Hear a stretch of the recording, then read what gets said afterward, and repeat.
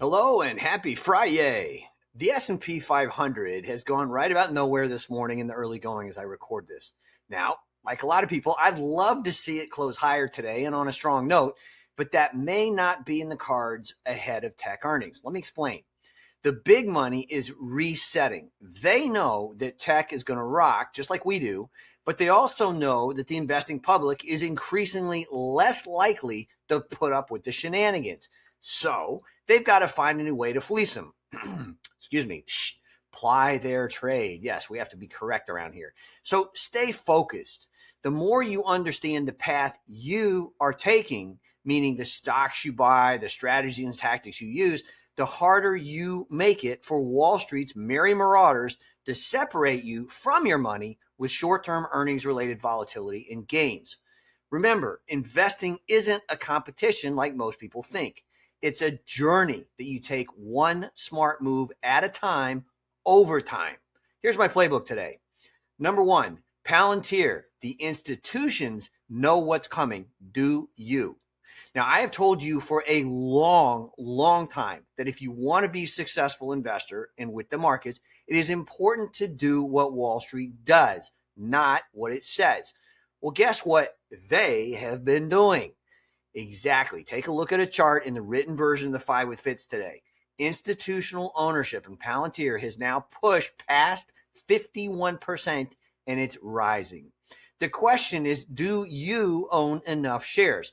It's great if you do, but think about it, right? And before I forget, here's something else to add to the pie. I saw that JP Morgan's CEO, Jamie Dimon, was at Palantir's DC office yesterday. There's a picture of that in today's 5 with Fitz too, the written version. Anyway, the investing tip in this department is simple. I place a premium on smart CEOs as part of the investing process because the world's smartest CEOs do not take the time to tour companies they think are hype, and neither do the world's smartest investors. I still think it's $200 a share, and from then off we go to the races. Number two, Taiwan Semiconductor puts in record numbers in a new tariff deal.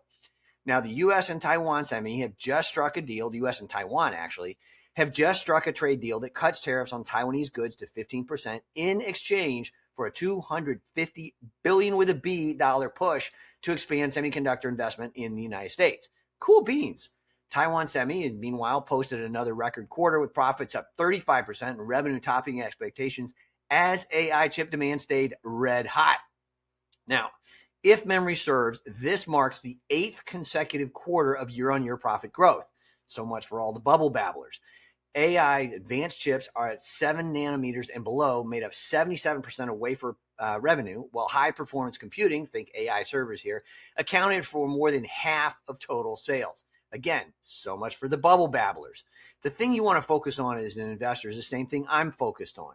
Demand is now so powerful and so consistent that it is reshaping spending plans, something the spreadsheet gang still doesn't grasp. Management said it expects capital expenditure, CapEx, over the next 3 years to run well above $100 billion, with CFO Wendell Huang pointing to the company's strong conviction in AI mega trends. And that's a quote. And that's the reason he says spending is being accelerated in both Taiwan and the United States. Now, should you buy Taiwan Semi, right? No doubt it's one of the most important companies on the planet. And my hat is off to everyone who owns shares. I don't, because personally, I prefer exposure to a few other areas of the data ecosystem that are a better fit given my POV on what's happening. Now, it may or may not be perfect, but it works for me. It also works for the One Bar Ahead family, who tell me that what they've learned and experienced along the way has been and continues to be a game changer.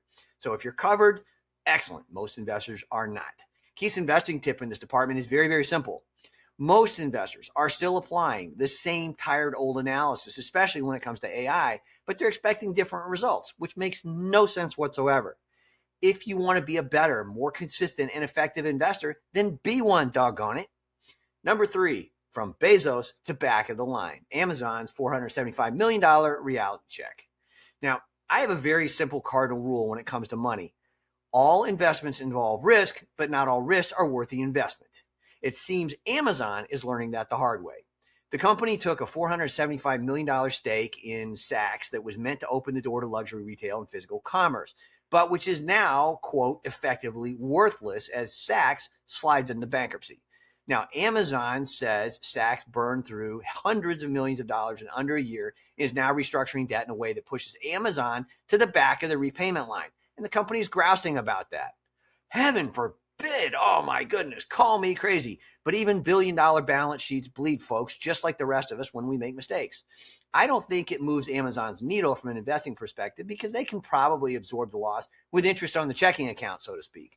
But it does raise questions about how management really thinks.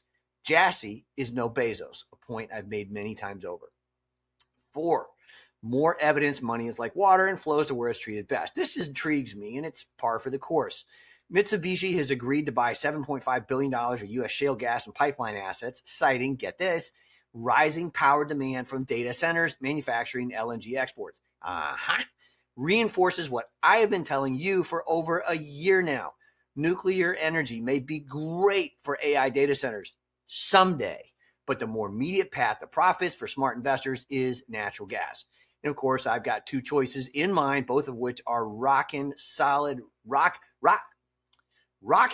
solid dividends. There we go. And a positive TSY, true shareholder yield.